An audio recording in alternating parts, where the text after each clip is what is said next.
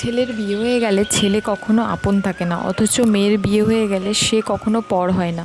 আচ্ছা, এই কথাটা কি সত্যি? আজকে রান্না করতে করতে আর একটা বাস্তব গল্প বলি তোমাদের।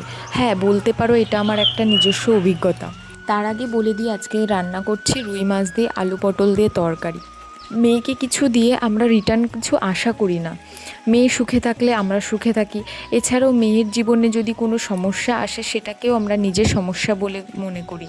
সব সময় কিছু না কিছু তাকে দিয়ে সাহায্য করি, তাই না? অথচ দেখো, ছেলের পেছনে খরচ করে আমরা ভাবি ভবিষ্যতে আমাদের সেটা রিটার্ন দেবে। আবার তাকে মনে করিয়ে দিই যে তোর জন্য আমি এত টাকা খরচা করেছি। ছেলেকে বিয়ে দিয়ে তাকে পর ভাবতে শুরু করি। ছেলের কোনো সমস্যায় পড়লে সেটাকে আমরা নিজেদের কোনো সমস্যা বলেই মনে করি না। তাকে বুঝিয়ে দেওয়া হয় যে তুই বিয়ে করেছিস, তোর সমস্যা তুই মেটাবি। এটাই হচ্ছে বাস্তব।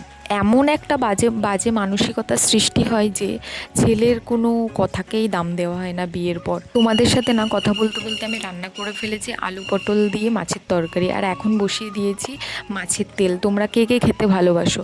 আমার তো খুবই ভালো লাগে। আর হ্যাঁ, তোমাদের যেটা বলছিলাম, সে এমন একটা মানসিকতা বাবা মায়ের তৈরি হয় ছেলের প্রতি যে ছেলের কোনো দামই দেওয়া হয় না। পদে পদে এটা বুঝিয়ে দেওয়া হয় যে তুই পড়, যবে থেকে তুই বিয়ে করেছিস। কথা বলতে বলতে আমার শাকের তরকারি বসিয়ে দিয়েছি।